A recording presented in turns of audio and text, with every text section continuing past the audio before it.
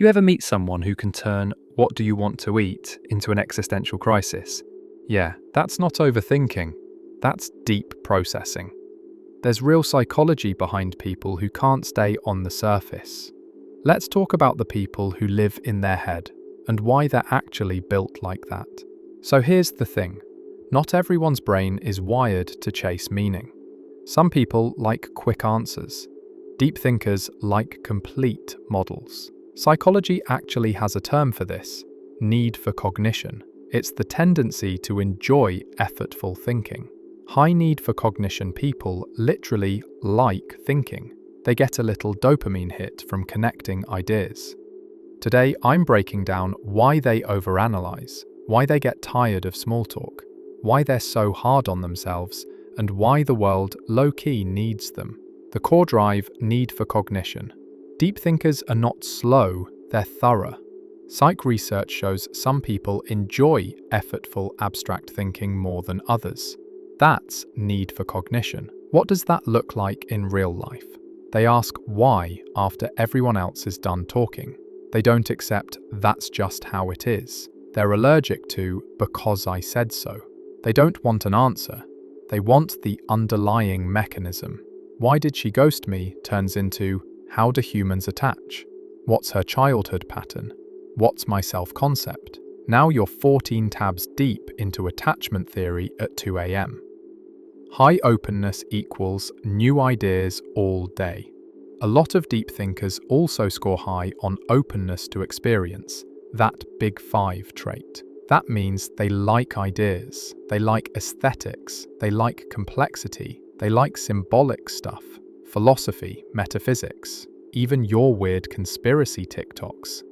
So their brain is constantly saying, wait, there's probably another angle. That's beautiful, but it also makes decision-making slower, because if you can see 7 valid perspectives, which one do you pick? Metacognition: they think about thinking. Here's the secret superpower: metacognition, the ability to watch your own mind. Deep thinkers don't just have thoughts, they observe them. That's why they can say stuff like, "I noticed I shut down when people dismiss me. I'm projecting right now. This is ego talking." That's not drama, that's self-monitoring. Downside? If you can always see what you're doing wrong, you can always find something wrong. Cue self-criticism. Why they hate small talk. This is the one everyone notices. It's not that deep thinkers are antisocial, it's that shallow topics don't give them enough data. What do you do? How's the weather? That doesn't tell them who you are. They want to know what you value, what broke you, what you're building, what you believe about reality. So they look quiet in groups because the conversation is at level 2, and their brain is at level 8. They're not bored with people, they're bored with low-resolution conversations. The overthinking trap: rumination versus reflection. This is where deep thinking can get ugly. There's a difference between reflection equals what happened, what did I learn, what's next, healthy. Rumination equals why am I like this, repeated forever with no action, unhealthy. Deep thinkers are prone to rumination because they can generate infinite causes.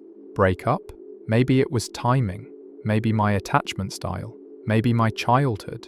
Maybe their trauma. Maybe astrology. So the same brain that makes them insightful can make them stuck. Key idea: insight without action becomes anxiety. Why they're hard on themselves. Deep thinkers see nuance in other people but go black and white on themselves. Why? Because when your standard is coherence, any contradiction in you feels like failure. I said I value honesty, but I wasn't honest. I said I want to create, but I scrolled for 3 hours. I said I'm spiritual, but I got petty. That's called cognitive dissonance. And deep thinkers feel it more because they notice it faster. So they look self-critical, but it's really high self-awareness without enough self-compassion. Emotional cost of seeing too much. Another thing no one tells you: perceiving complexity is emotionally heavy. If you can see everyone's perspective, it's harder to get mad, but it's also harder to take sides, set boundaries, or leave. That's why some deep thinkers look indecisive. They're not flaky, they're processing all variables. What they need to thrive. Deep thinkers aren't too much. They just need the right environment.